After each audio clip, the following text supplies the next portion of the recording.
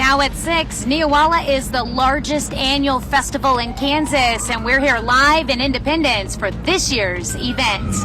Plus, Caney, Kansas continues to deal with water shortage issues, and it may have more of an impact on the school year. And Freeman Health rolls out 2 new trailers designed to deal with crisis situations. The 4 states' most watched news starts now. It might be Halloween spelled backwards, but this year's Neowalla Festival in Independence, Kansas is going forward. The 9-day event features live music, food, a carnival, and so much more. It culminates on Saturday with a grand parade, an arts and crafts show, and a bandstand entertainment, including the Oak Ridge Boys. Neowalla brings out the entire community, and we are here live. This is KOAM News at 6. I'm Tanya Bach. The Doodah Parade is about to kick off right now. It's actually starting right now. We're going to have more on Neowalla here in a bit. But first, some of today's top stories. Caney Valley School District in Kansas is adapting to Caney's ongoing water shortage. KOAM's Amber Jenkins talked with the superintendent about closing school on certain days while still meeting the requirement of school days for the year. The determination was made. It's a variety of days. The majority are all Monday. We do have a couple of Fridays. Those butt up to our Thanksgiving and Christmas break where we'll be off. But essentially what we've done is by eliminating those days, we know that we can reduce any consumption of water during those days. So far, most of the water conserving efforts have been on the district's wallet through purchasing portable trailer restrooms and passing out bottled water. However, truckloads of donations made the bills a little lighter. In times when we have to, yes, that does come off of our end, but thankfully today was a very big day for our community. So Walmart stepped up and donated 3 semi-trucks full, so I believe it was over 60 pallets of water. And then we also received a donation as well from from Hope as well. Heavy rainfall will not fix the issues with the reservoir. Caney has been in a drought for more than a year, so heavy rain can lead to flash flooding. However, the drought could lighten up with time. As long as we just get moderate rain, we don't have to worry about flooding. But the good news here is the pattern that we just started. So as we go through the rest of the fall into the winter, we're going to put a big dent into that drought. So I think Montgomery County by next spring and summer is going to be in a much better situation. Reporting in Caney, Amber Jenkins, KOAM News.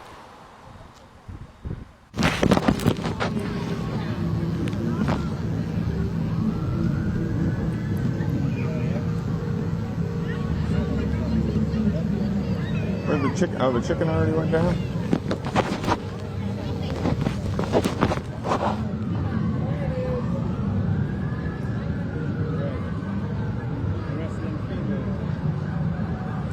Well, Caney Valley School District also replaced showers and locker rooms with foam spray that acts as a skin cleaner.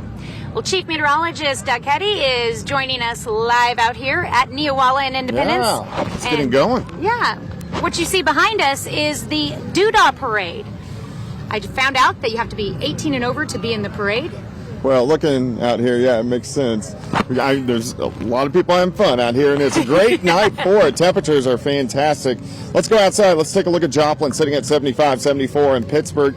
Everybody is dry. We had a few showers earlier this morning, but we do need more rain. In fact, the updated drought tracker came out. Along and south of I-44, it looks pretty good, but still southeastern Kansas very dry.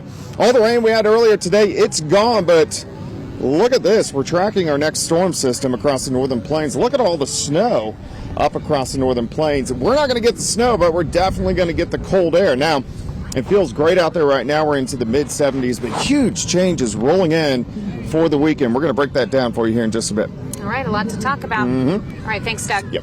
Skeletal remains found near Humboldt back in March have been identified.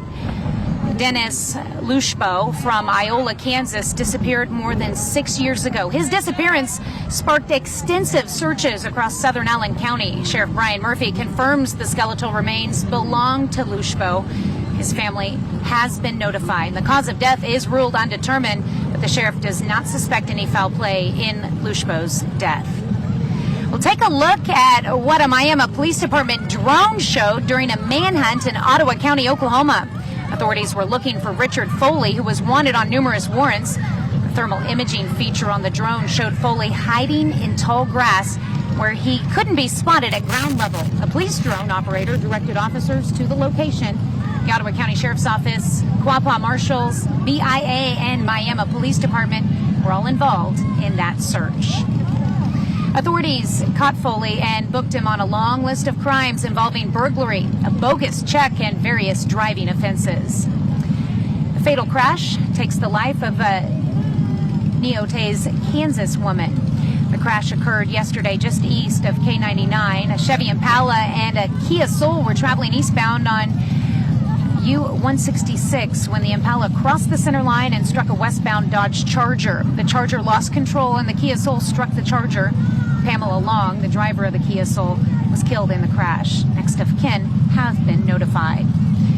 And in Bourbon County, a two-vehicle crash takes the life of a Milan, Missouri man. This happened last night on Highway 54. A westbound Toyota RAV4 failed to yield to a Jeep Wrangler traveling east while making a left turn and struck the Wrangler. The occupant of the Wrangler, Nathaniel Moorhead, was killed in the crash.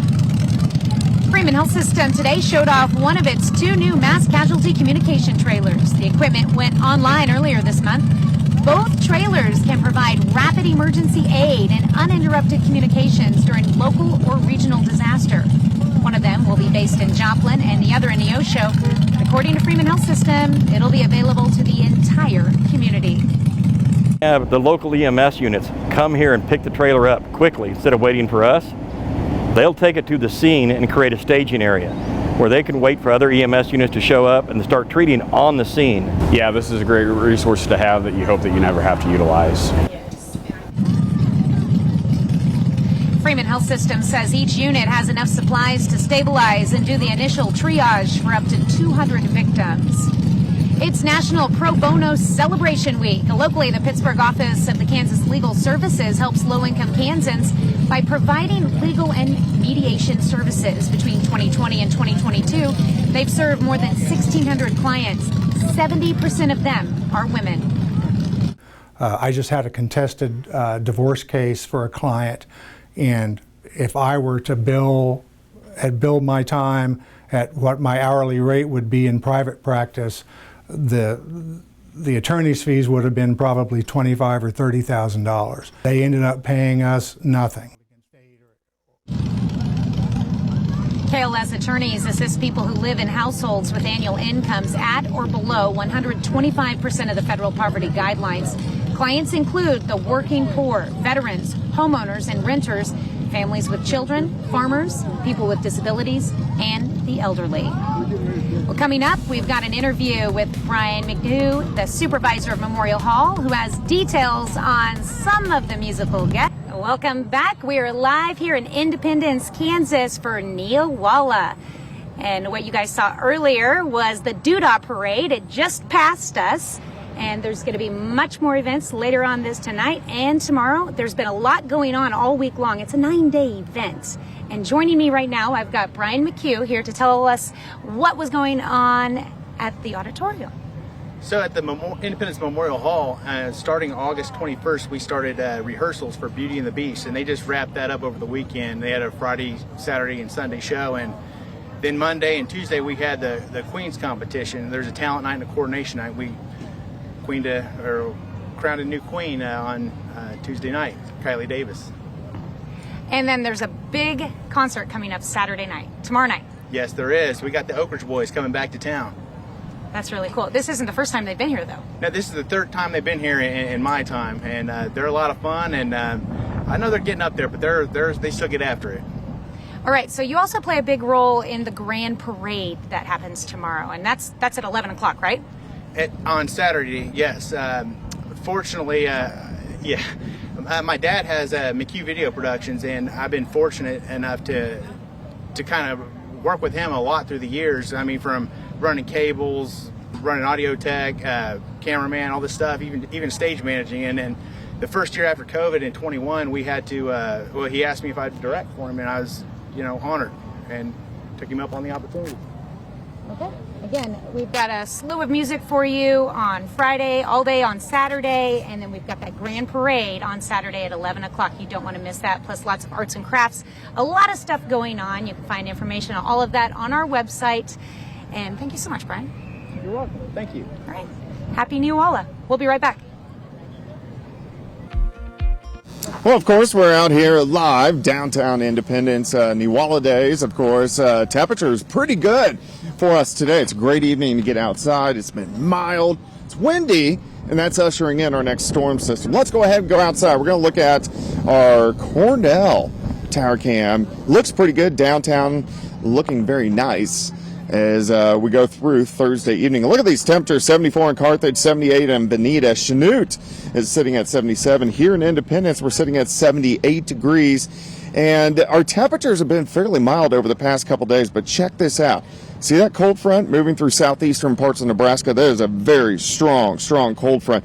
Look at the cold air behind it. Sioux Falls, 54, 23 in Rapid City. And that colder air is headed toward us as we head into the weekend. Now the winds, yeah, they've been up there for us today. We've had these south winds at about 10 to 20, but look at some of the gusts at times. We've been kind of in that 20 to 30 mile per hour range, and it's going to stay breezy as we go through the evening into the overnight hours for us tonight. But if you're getting out during the evening hours, we look pretty good.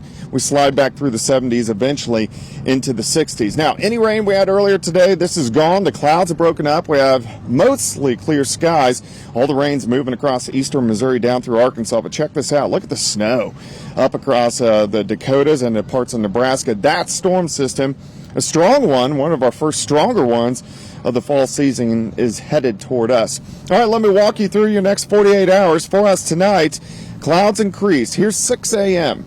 You can see a few showers popping up in southeastern Kansas. May even get a couple little thunderstorms. This is with that front as it barrels to the south and to the east. So it's going to be near the I-44 corridor by 10 a.m. So we warm into the 70s ahead of it, and then watch the temperatures tumble through the afternoon. We slide back through the 50s.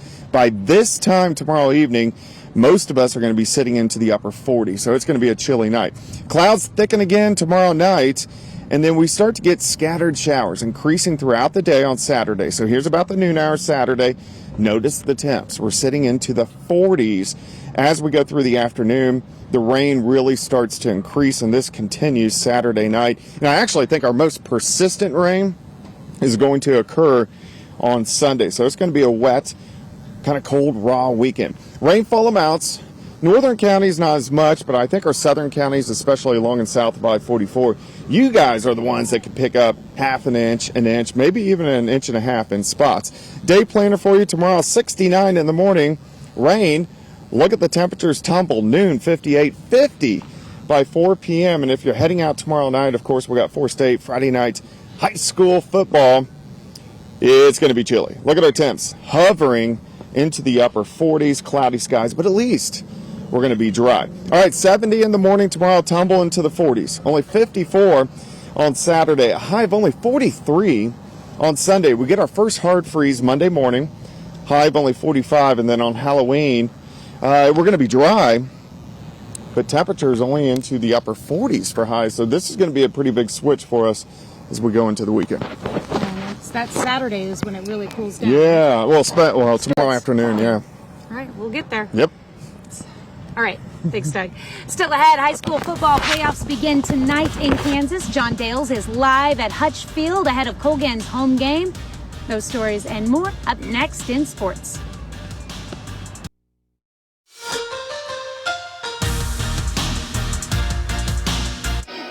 Hey, welcome into Hutchinson Field in Pittsburgh, Kansas, where tonight high school football playoffs begin in the state of Kansas. And one of the top teams in the state, Colgan, at 8-0, begins its postseason right behind me tonight as they take on Pleasanton.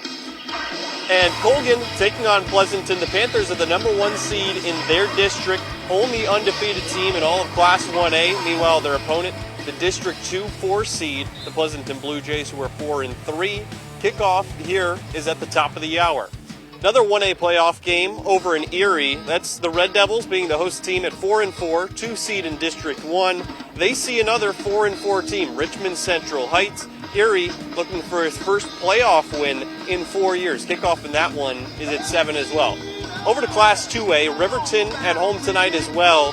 top seed in its district, also one of the top seeds in all of Class 2A. Rams are playing West Franklin, who comes in at 3-5. That game already kicked off at 6 p.m.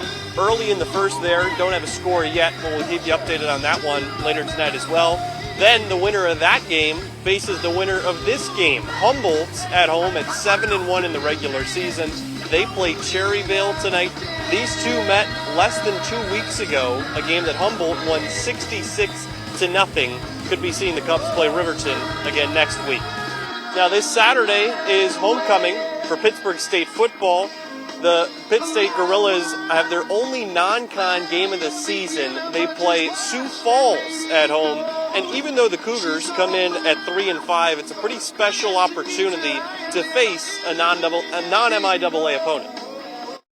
I think it probably creates a new interest of getting the opportunity to play somebody that we haven't seen yet to this point, somebody that we're not as familiar with, and I think it forces us to focus a little bit more, pay attention to the details, really look into the videotape and the scouting report to get to know them better. Well, we all just know and we understand that we're working for something bigger than ourselves. So we just keep that in mind and then play the next play. I mean, you never know when you're going to get your number called, and we just focus on staying ready.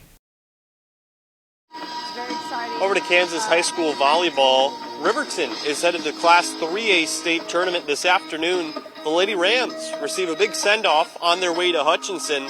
This being the fourth consecutive trip to state for Riverton. The Lady Rams are ready for whatever this weekend might throw at them. It's very exciting. Anytime a team makes it to the state tournament, this is a really special group. 4 times in a row is something that not everybody gets to experience. These seniors, when they were freshmen, they were out on the court and we were winning as an underdog. And a couple years went by, and before you know it, we're the favorite, and we've kind of gone back into underdog status. So it was very sweet to be able to pull this one off this year. Now over to Missouri. Big sectional matchup tonight between El Dorado Springs and Diamond. Both of those teams coming off a district championship to get here. The winner moves on to the volleyball state quarterfinals. We'll have highlights and hear from the winning team tonight at 10. Meanwhile, some more conference realignment news over in Missouri.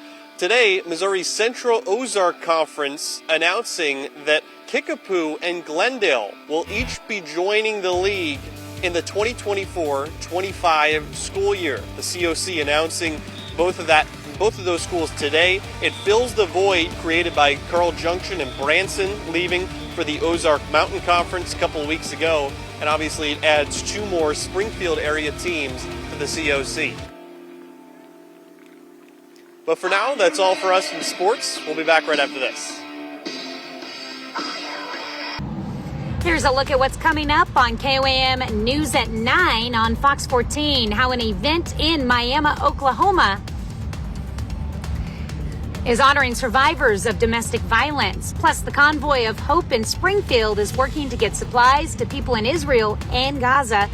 And we'll have 9 simple tips to help you avoid a stroke. Those stories and a lot more tonight on the KOAM News at 9 on Fox 14. All right, final check of weather? Yeah, weather's been great out here this evening. Temperatures are mild. We're only going to drop back into the upper 60s tonight. We will make it into the 70s, but dropping temperatures in the afternoon. All right, well, thanks for watching. We'll see you right back here at 10. Have a great evening and an even better tomorrow.